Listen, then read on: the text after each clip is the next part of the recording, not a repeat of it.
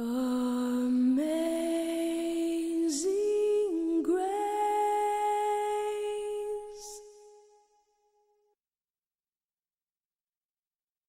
Ryan, he hears from the Lord. I'll tell you that much. He's got like this connection where it's like God and him. Let's say this together. Lord Jesus. He has had an amazing impact on the kids that are here. So here's the deal, okay? He can relate to these kids like probably nobody else that I've seen. We're gonna shout out your name. I love Ryan's passion. Because Jesus refused to let his world come crashing down because of something he knew God would take care of. He's just an amazing, very inspiring guy. It's really hard to imagine that this great outgoing guy that loves all these kids really wasn't like that at one point in his life. Somebody mentioned to me about, Ryan's past, and I was just like, what? I mean, no, I'm like, Ryan Brown? I mean, do you mean like our pastor Ryan? And he's like, yeah. I was like, no. I was like, no, that can't be right. I once was lost.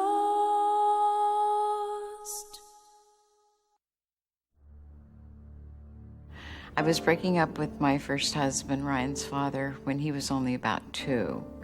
And it hadn't been a good marriage, but it got progressively worse, and I had to end it. He was my mom's youngest child, and there was just a lot of problems in our household. So she kind of focused on him. He used all his family for as much as they were willing to give him. His mom always was there for him. Ever since I was 12, I've started and never stopped. Progressively, by the time I was 14, I was dropping LSD and smoking PCP. 16, stealing marijuana out of people's backyards and selling it at truck stops, and cocaine by the time I was 18. Pornography, alcoholism, all through having kids and being married, and it was just a downward spiral. He and his friend had smoked marijuana laced with PCP, and they locked Ryan in the garage, and he was out of his mind. And somebody called the police, and when they found him, he began to fight the police. And he was, it's a horrible, horrible thing to say. He lost a lot of weight. He was withdrawn. You couldn't connect with him anymore. I thought he was going to end up dead or in jail. I really, really did. People wouldn't let me in their house anymore. I was going from house to house. I spent about 4 days just wandering from house to house, trying to get a place to stay. I remember him calling me up one night and crying and saying he was homeless, and he was living by a trash bin, and he was going to kill himself if I didn't send him a certain amount of money. I had expended all resources. I had manipulated everybody I could manipulate. I'd gotten all the money from my mom I possibly could. Oh, I was heartbroken and frightened. I cried a lot. I didn't really have much guidance on what to do. I didn't know how to handle Ryan at all. I didn't know. People get tired, and his mom finally, at one point, said enough's enough, and I'm not doing this anymore. I gave him, I think, about $40 and a one-way bus ticket to Spokane. So that was it. He had no place to go, no anything. So they put him on a bus and up to Spokane, and he ended up at the homeless shelter in Spokane. Now am found.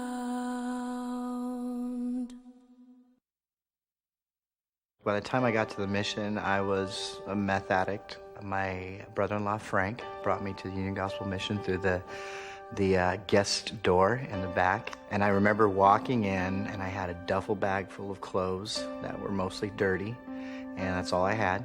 But then I remember that evening sitting in the day room and just really feeling like, wow, this is bottom, and not knowing a whole lot about what was going to happen next.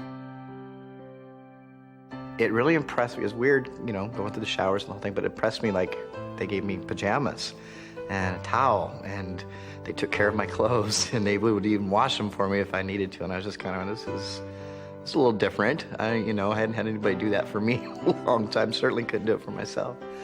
So getting the little yellow boxes and putting those in and having these pajamas and feeling clean, still worried, but just feeling clean, and climbing in bunk. I wish I could remember what bunk number it was, because I want to say 23, but I'm not sure. But I remember it was an upper bunk. It was towards the back on the dorm on the right-hand side.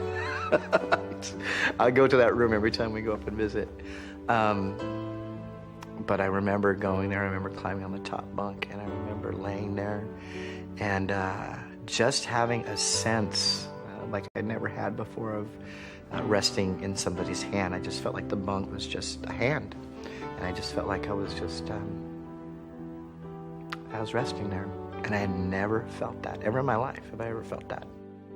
It was 93 when I saw him at the Union Gospel Mission, and I felt if he kept doing what he was doing, or learning from you guys, from the Union Gospel Mission, that he was going to be okay. I remember sitting in the chapels, and the first few times sitting in the chapel, kind of, snickering and going, oh, what's going on here? But then I remember some young people coming in there, and I remembered seeing, wow, there's teenagers that were about my age that are not doing what I was doing when I was their age, and it affected me. I saw something in that. But there was a long period of time during the process when he was at the mission that we would visit up north. We would go to my other sister's house for Thanksgiving, and Ryan and I would sit out on the front porch on this, you gotta imagine, 15 acres of trees and snow on the ground, and it's a log cabin, and we're sitting out front playing our guitars, and because I was a worship leader before he was, and we're both sitting out on the front playing our guitars and singing worship songs. And those were the times that it took me 2 or 3 years for my mind to stop being blown every time I would see him. The Union Gospel Mission was Ryan's saving grace. It allowed him to come into a place, a godly place, a place that was run by godly men, and to see a different life, a life that could be lived without drugs, a life that could be lived with God, a life that could be holy. Somebody saw value in me, and I think that was one of the biggest things that was missing in my life. Is I think that I had talent. There was good things in my life that as a younger kid, but I found my value in escaping from things and having fun and partying and drugs and all these things. And I never felt like somebody had just said, "You're valuable. You can be used. You can be a leader." And when Randy first came up to me, Randy Altmeyer, when he first came up to me when I was stacking chairs in the dining hall, and he just said, "Hey, I was watching you, and I'm just wondering, you'd be interested in, I see something in you, would you be interested in going on the program?" And ever since then, it was just, from that moment, it was saying yes to the Lord. And I've never stopped saying yes.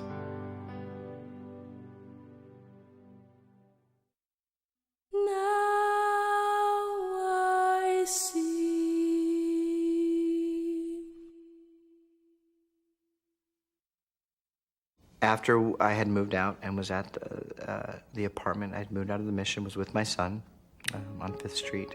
And after a short period of time, I began to waver a little bit in my walk. Within a couple months, I had found myself just in a very dark place inside. And the only person I knew to go to was Randy Altmeyer. And I walked into the mission. I just got an appointment with him, and I just sat with him and said, "This is where I'm at. What should I do?" And the first thing he said, he says, "You need to get your kid and you in church." And he invited me to his church, which is Glad Tidings Assembly of God. And then they found out I played guitar, so I helped them with worship a couple times. And then the youth pastor heard that I played guitar, and he asked me to come over and lead worship for the youth. And then I remembered specifically sitting down with a young boy named Raymond. I think he was 13 years old. And he knew about my past a little bit. And he had said, I need to talk to you, Ryan. And I said, okay. And we sat down on a pew, and he had told me about his struggle with marijuana and wanted some advice. And at that very second, it was like we traded places for just a brief moment, and I saw the opportunity to change a life, which like I'd never seen before. And so I gave him some advice, and we prayed together, and from that minute I knew God was going to use me to change young people. I first believed.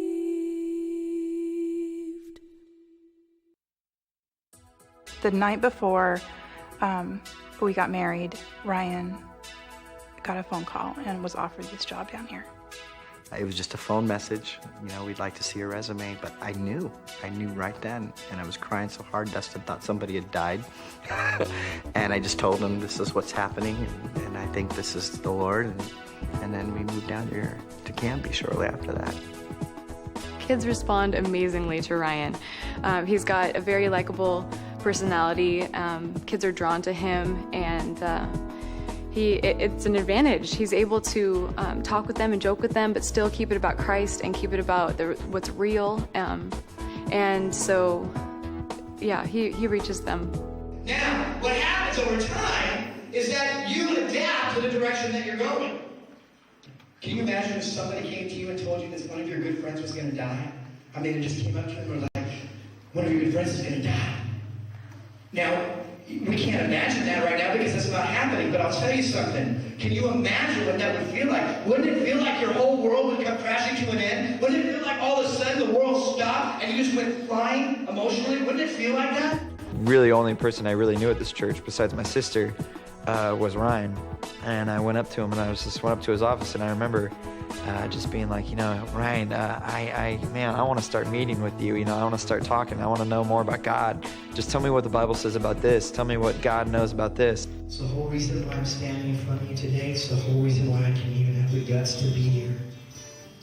It's because Jesus Christ got a hold of my life, and I let him do that. I let him do that. That breath of life that Jesus has breathed into him, he is breathing in to the kids around him.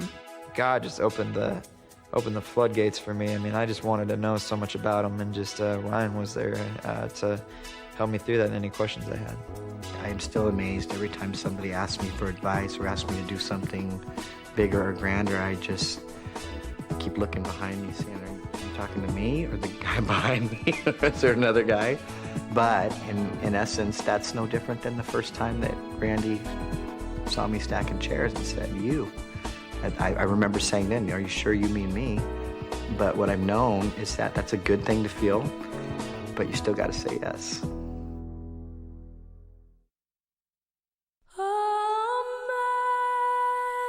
Amazing grace.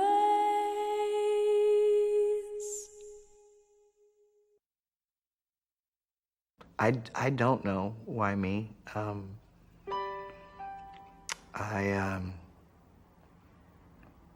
I've got no training.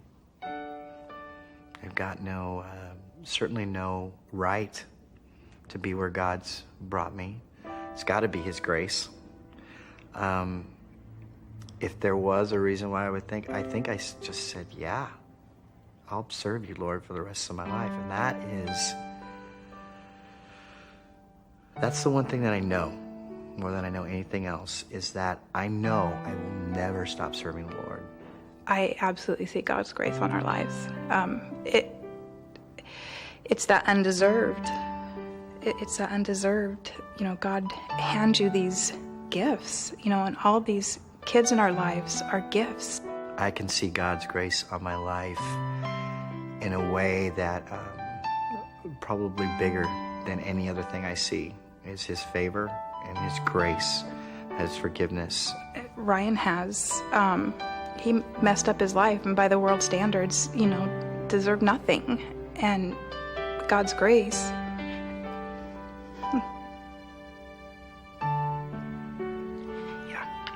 God's grace was able to pick him up and carry him through those steps of healing and that redemption, and now to turn around and see him not only have healing in his relationships with his own kids, but with his family, and to turn around and to have such a phenomenal impact. I've done so much wrong, and I still do. And so sometimes I keep waiting, okay, when does the hammer, when does the road end? And it just never does. His grace is as sufficient for me now when I make mistakes in leadership as it was when I was making mistakes using drugs and doing things like that. He's loved me the same ever since. My husband is all about grace. That is one thing that if I could think of any word to describe Ryan, it is grace. He's full of it. He extends it because he's received it. Sing God's praise. I cannot express enough how much the Union Gospel Mission has meant to our family. I can't be more grateful. Every night I say a prayer, thank you, Jesus, for what you've done to my son. I think what I would say, if I had anything to say to the people who have donated money to the Union Gospel Mission, is thank you. Just thank you. You've changed my life. You've changed my husband's life. You've changed the lives of his kids. You've changed the lives of the hundreds of kids that he ministers to down here. And it's 100 miles away, hundreds of miles away from where you're located now. And just thank you. Man, everybody's got value. So I'd say don't give up. Keep giving. Keep looking for value. And keep being there, because I'm just one little story. There's millions of others that are just waiting to come out. Yeah.